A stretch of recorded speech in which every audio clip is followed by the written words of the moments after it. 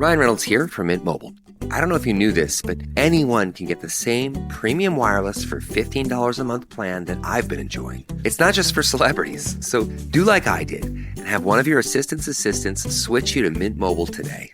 I'm told it's super easy to do at mintmobile.com/switch. Upfront payment of $45 for 3-month plan, equivalent to $15 per month required. Intro rate first 3 months only, then full price plan options available. Taxes and fees extra. See full terms at mintmobile.com.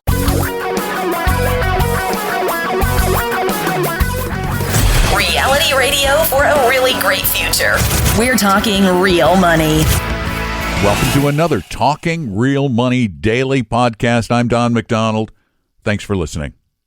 And also, please do me a favor. Tell friends about the podcast. The more, the merrier. Seriously.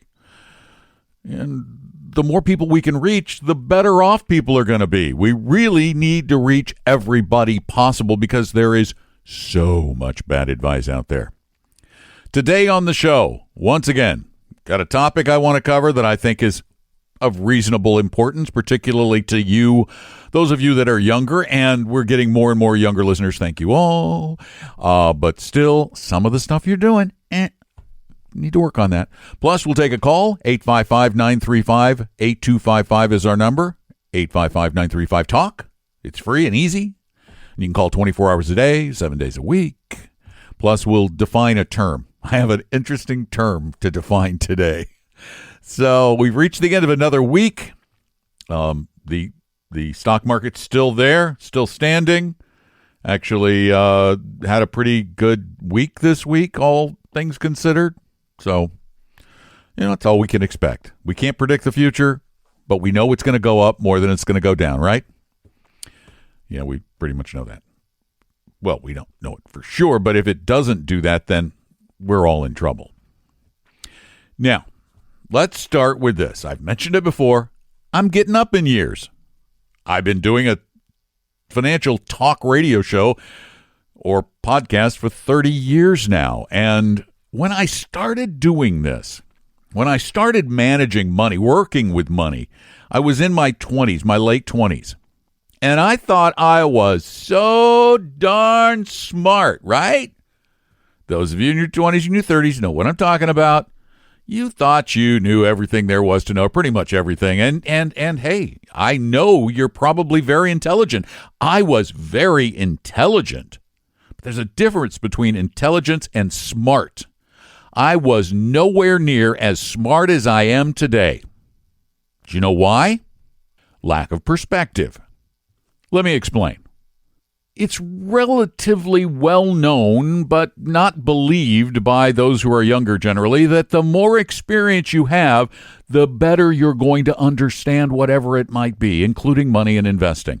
I once believed, I honestly believed it. You can go back and listen to my old shows. As a matter of fact, we're going to start putting some of those old shows up on our streaming radio channel, Real Money Talk Radio.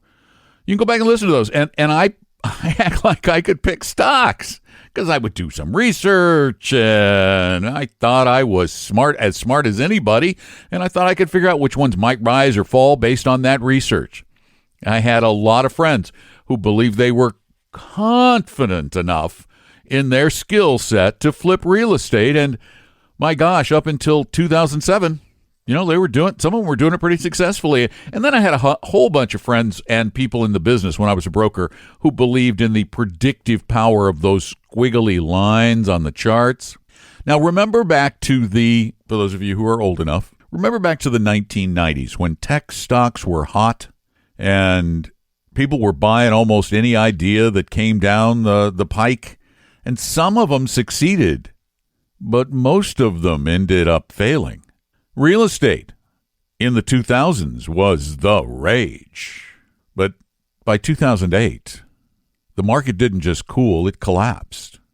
And these folks who leveraged themselves into the hilt, which is the rule of thumb in real estate, were declaring bankruptcy left and right. I had a good friend and his wife. He was a retired general, and she was a very well-known, very successful real estate broker. And they bought a lot of properties through the 2000s and leveraged themselves up, and they lost everything. Everything. They were pretty smart, but they didn't have enough perspective. Charters, day traders, they think they can make a lot of money, but there is no evidence anywhere that they have long-term success. But it's that craving for quick money that keeps the steady stream of what I call greater fools rushing in until the day comes when they stop rushing in. And these days, I attended the FinCon convention. I was asked to write for a FIRE-like publication until I wrote an article, and then I never heard from them again because my article went against everything they believe right now, these 20 and 30-somethings. They are option traders. Seriously, they're advocating trading options or flipping real estate again or some other method to beat the market to reach what they call FIRE, which is a great goal, but not met in that way. And that means financial independence, retire early, FIRE. Now, I know it is totally unlikely. I was in my 20s and 30s and thought older people were stupid, but it's unlikely they're going to pay any attention to this old guy on a podcast. Hey, he's an old guy on a podcast. What does he know? Oh, trust me, I've been doing this for a long, long time. And not only have I done it personally, but I have talked with tens of thousands of individuals, one-on-one, on my radio show. I used to be on the radio 28 hours a week talking to people about money. And I feel it's my duty to try to convince you that the only way I have found to build wealth, and this is after decades of trial and error, is by building a globally diversified, massively globally diversified portfolio of stocks of all the equities on the planet, maybe overweight, small overweight value, be international. Maybe you have a little bit in the way of bonds if your risk tolerance requires it to keep you from panicking. And then put as much money as you possibly can in that portfolio for as long as you can. And the odds become really, really good that you'll be successful. 855-935-TALK. That's our phone number. You can call that anytime and ask a question, but please leave as much detail as possible. And it's time for that call of the day. Yeah, hey guys. A big fan of the show. Recently out of college, just started working. And my question is in regards to a little extra money that I have on a monthly basis and kind of where I should direct that money. So currently, I started paying back my student loans, which isn't really a financial burden. The loans are about 4% rate. Additionally, I'm getting the employee match on a Roth 401k, and I'm maxing out my Roth IRA through Vanguard.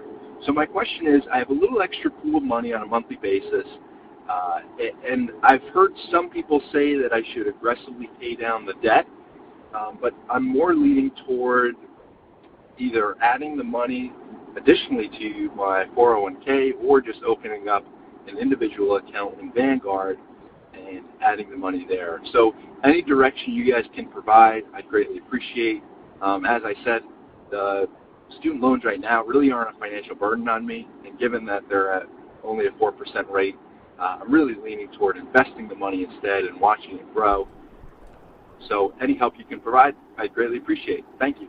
Now, you are a smart investor. You're doing all the things that you should be doing. You've got that Roth 401k. You're maxing out your Roth IRA. And I think it's actually, when you got a 4% loan, it's better that you don't pay it off unless your investments won't make more or aren't expected to make more than 4%. Now, I think at your age, if your risk tolerance allows, which it kind of sounds like it does, but if it doesn't, go take our risk survey or our risk quiz.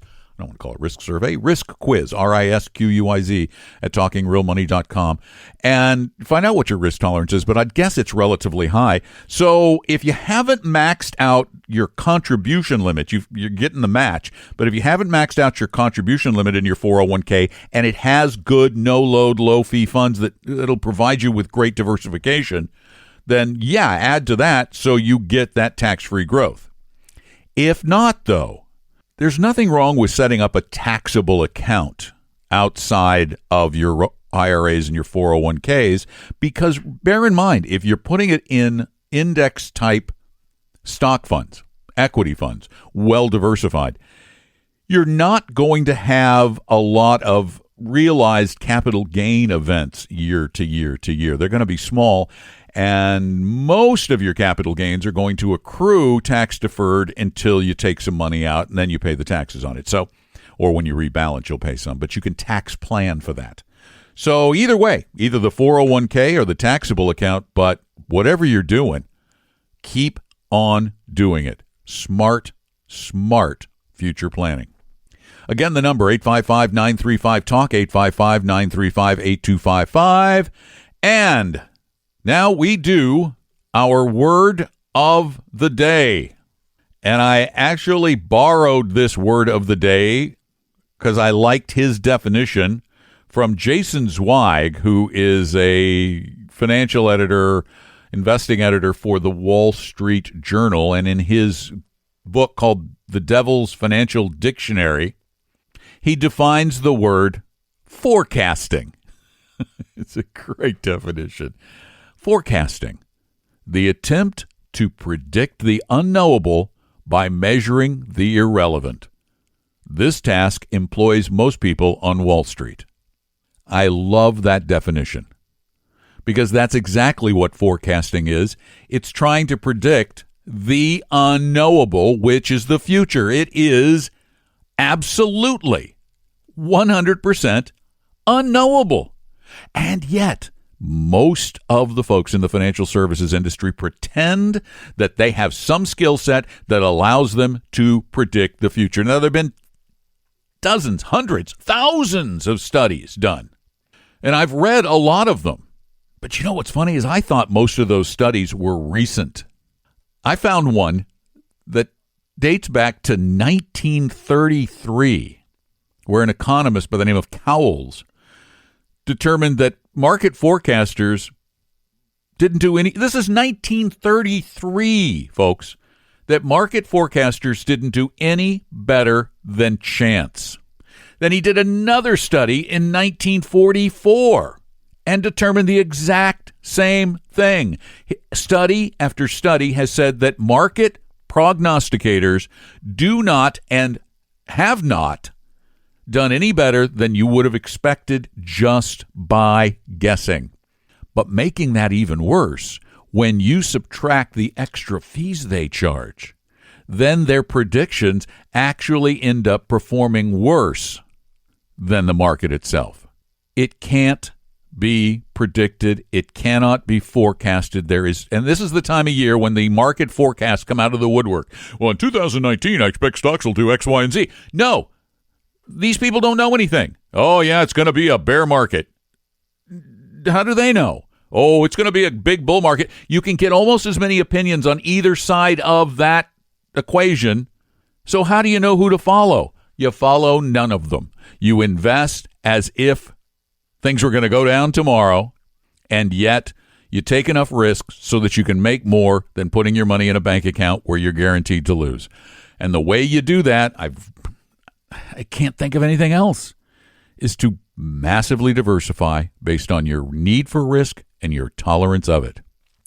Thanks for listening to the podcast. Remember, call 24 hours a day, 7 days a week with your questions, 855-935-TALK. And if you want to learn more about what we do, take our risk quiz, set up an appointment to talk to one of our advisors where you will not get sold anything. You will get honest-to-goodness help, and you're not going to pay anything for a meeting. We won't take you on as a client unless you pay us. But a meeting, no big deal.